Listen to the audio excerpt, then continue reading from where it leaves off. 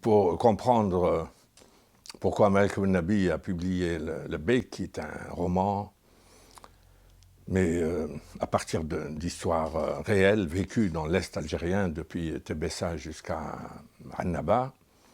Il faut bien lire le phénomène coranique, et surtout la fin du phénomène coranique, qui est le premier livre publié de Malek Ben Nabi, donc en 1947.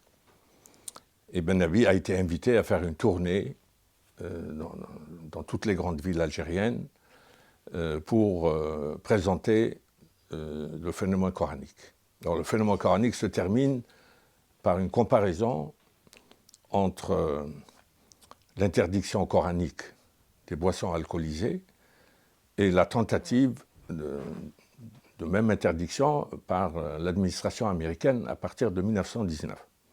C'est la politique de prohibition qui a finalement échoué.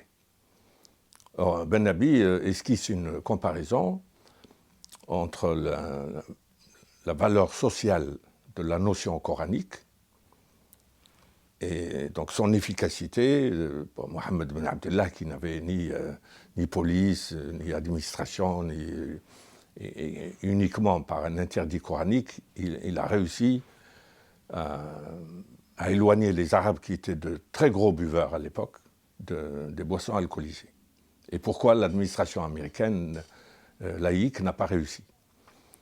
Et Ben Nabi prévoyait d'écrire un livre dont il a annoncé l'intitulé « Sur les traces de la pensée scientifique musulmane ». Il y a renoncé pour de bon, parce qu'il considérait qu'on n'avait pas besoin de faire l'apologie de la civilisation musulmane. Beaucoup de musulmans de l'époque avaient une sorte de complexe d'infériorité, et il y avait la théorie des races, vous êtes des incapables, donc ils se réfugiaient dans une nostalgie pour montrer qu'on était grand, plus grand que vous. Il a dit, ça ne sert absolument à rien. Et donc il a préféré, pendant ses tournées d'est en ouest en Algérie, il a écrit ce roman dans les petites chambres d'hôtel où il était invité depuis Constantine jusqu'à Tlemcen, Mostaganem, Oran, etc. Et il a raconté cette histoire d'un alcoolique qui a vu un jour la Kaaba en rêve.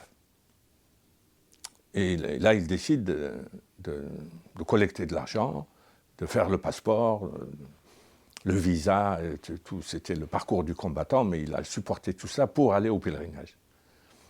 Et Ben Nabi romance à peine, il décrit surtout la traversée sur le bateau là, qui s'arrêtait partout. Il venait de Tanger, il s'arrêtait à Alger, à Oran, etc. Il ramassait tous les pèlerins maghrébins. Et en 1947, c'était Jacques Berck, qui était dans l'administration de la résidence générale au Maroc, qui a accompagné les pèlerins, mais il est resté à Jeddah. Et or, l'histoire se situe à la même période. Et donc, Ben Nabi a préféré illustrer sa thèse sur la valeur sociale de la notion coranique par un récit qui colle au vécu des Algériens. Et il y a un message, plusieurs messages. D'abord, dans la littérature francophone, on présente l'alcoolisme comme une sorte d'émancipation, puisque la langue française permet d'échapper au carcan, etc. Alors Ben Nabi, au contraire, il dit la foi permet de désintoxiquer un alcoolique et de l'éloigner définitivement. Donc c'est la réhabilitation par la foi. Et puis, de manière générale, il voulait montrer que le peuple algérien dépossédé de presque tout, il lui est resté que la foi comme richesse permanente, comme il dit. Et à partir de laquelle la foi, il la décrit comme le catalyseur des valeurs sociales, le principal facteur de stabilisation de la conscience humaine, c'est irremplaçable pour lui. Donc, on peut moderniser le monde musulman, mais on n'est pas obligé de jeter par-dessus bord la foi. Au contraire, il faut s'appuyer sur cette ressource interne pour avancer. Et moi, j'ai pu identifier toutes les personnes anonymes à qui Malek Ben Nabi a dédicacé ses livres, dont M. Pitrou, dont j'ai rencontré le fils à Dreux, mais il me restait M. Billard, à qui est dédicacé le Beyk. Or, nous apprenons, grâce à l'excellent livre de Zeidan Meribout, qui a travaillé sur les archives judiciaires de la fin de l'occupation et de libération, où Malek Bennabi a été inculpé sur la base de rapports de police, mais la justice, parce qu'il y a un retour à l'état de droit à la libération, la justice a innocenté Malek Bennabi après avoir vérifié que les rapports de police étaient fondés sur une délation mensongère qui était monnaie courante dans la France de la libération, où nous avions de grands collaborateurs qui voulaient éloigner les soupçons en dénonçant le voisin. Et Malek Bennabi a été victime de ces jalousies et de ces délations. Or, M. Billard, c'est le juge qui l'a innocenté, et il a tenu à lui rendre hommage. Il n'a plus jamais revu.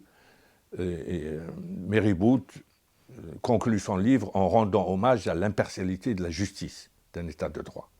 Or, nous avons deux co-auteurs qui ont travaillé aux archives coloniales. C'est les archives d'un État policier. Et dans l'introduction, ils disent « Nous avons travaillé aux archives nationales françaises ». C'est totalement faux. S'ils avaient travaillé sur les archives nationales françaises, ils auraient découvert le dossier du juge Billard qui a innocenté Malek Bennabi. Et donc, c'est un tout petit livre.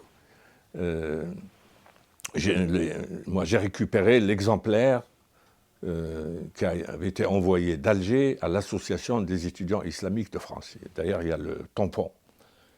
Or, les étudiants qui étaient dans les écoles d'ingénieurs, etc., ne lisaient pas. Moi, je me suis permis de le prendre. C'est à partir de cet exemplaire que cette réédition a eu lieu.